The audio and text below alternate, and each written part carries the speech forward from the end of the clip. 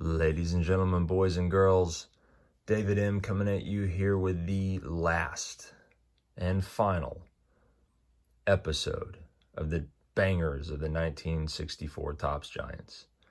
That's right, this is it, the final three Hall of Famers. It's a little bittersweet for me. I've really enjoyed reading to you guys. And I know what you're thinking. You're just too nice to say it. You're like, thank God. This is the last one. So let's just get through this. In the background, there is no Sports Illustrated today. This is Mr. Brooks Robinson, who I believe was in video number 3. The reason Brooks is there is because A, this is the card that started the whole thing. And B, Brooks Robinson was the actual American League MVP in 1964. So there you go. It ties together nicely. Now, let's get this over with. The first one that I'm going to show, and this is a huge shout out to Shannon, Back to the Cardboard, Jason Zombie Collector, any other Reds fans out there? Aren't any Reds fans out there, but those two guys, this is for you. So this is the only player to ever win the MVP in both the National and American Leagues. He is a 14-time All-Star, 2-time World Series champ, Triple Crown winner in '66, and the first African-American manager in baseball history. I'm talking about none other than Mr. Frank Robinson.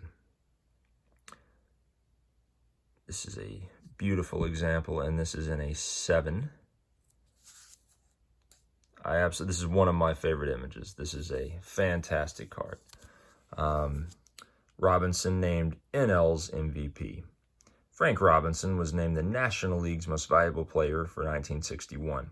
The Cincinnati Reds outfielder batted .323, collected 124 RBIs, and socked 37 home runs.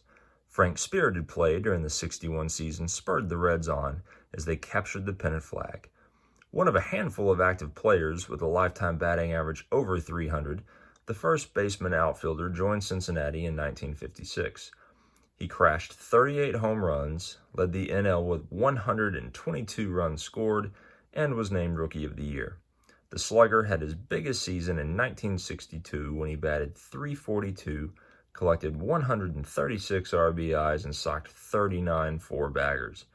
He has a .455 All-Star batting average. The one and only Frank Robinson. Love it. All right, moving on to this next player. He also has a famous first in baseball history. He is the only player, actually, elected to both the Hall of Fame and the Senate. We won't hold that against him, but he's a 9-time All-Star, threw a perfect game in '64, 3-time strikeout leader. Shout out to Reese, ND Card Ranger, for Mr. Jim Bunning, also in a PSA 7. I apologize for the glare in the back. Bunning hurls perfect game. The Philadelphia Phil's right-handed pitching star threw a perfect no-hit ball game against the New York Mets in June of '63. The veteran hurler did not allow a single man to reach first base as he retired all 27 batters that he faced. The perfect game was the first no-hitter by a Philadelphia pitcher in 58 years.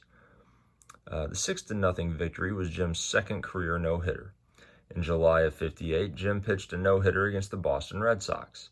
An American League star for 9 seasons with the Detroit Tigers, the righty won 20 ball games in 1957.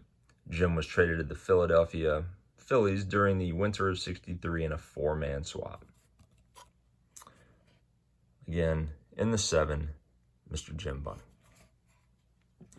And last, but certainly not least, the final Hall of Famer, number 21, in the Bangers of the '64 Topps Giants. This guy, one of the greatest second basemen of all time. I think he's very sort of undervalued in the hobby. He's a 15-time All-Star, won the AL MVP in '59, 3-time Gold Glove winner. Mr. Nelly Fox. Also in a 7. Beautiful card here. This is when he was with the Houston Colt 45s at the end of his career. He's actually more of a White Sox legend. And he's also, Lenny Dykstra looked up to this guy more than any other player. This is who he modeled his game after, or at least his chaw game. Go to the back here. Fox most valuable NAL. Nelly Fox was named 1959's most valuable player in the American League as he hit .306 and collected 191 base hits. The second sacker went on to star in the '59 series for the Chicago White Sox, compiling a .375 batting mark in 6 games versus the Dodgers. Traded to the Houston Colts before the '64 season began, Nelly had a brilliant 14-year career in the American League. 6 times he hit over 300, and 4 times he led the circuit in base hits. In 1960, Nelly's 10 triples were tops in the AL. A veteran of 13 All-Star games, Nelly compiled a batting average of .368. Nelly holds a big league mark for leading in singles for 7 straight years. Again, absolute beast, Mr. Nelly Fox. If I knew how to edit at all, and I don't, so you'll just have to use your imagination, I would play that the scene from Sandlot where they all take in some Big Chief and ride the tilt-a-whirl spinny ride thing there. But beautiful card, Mr. Nelly Fox. And that's it, boys and girls. That is it for the Hall of Fame bangers of the '64 Topps Giants. I appreciate you humoring me, letting me read to you for a little bit, checking out these oversized cards from an oversized guy. I think I'm going to do one more video featuring this set. It's going to be a little bit different, though, and I won't read to you. But since this is kind of Hall of Fame season, both in baseball and in the community, I'm going to show a few of the guys that should be bangers but aren't officially bangers. So we'll go over a couple of those, maybe open the door for some spirited debate in the comments. Anyway, again, I hope you guys have enjoyed this. If you missed any of the previous videos, go back and check them out. I wouldn't, unless this helps you go to sleep at night. Anyway, thank you all very much. I appreciate it. Everyone take care, stay safe, and I'll catch you next time.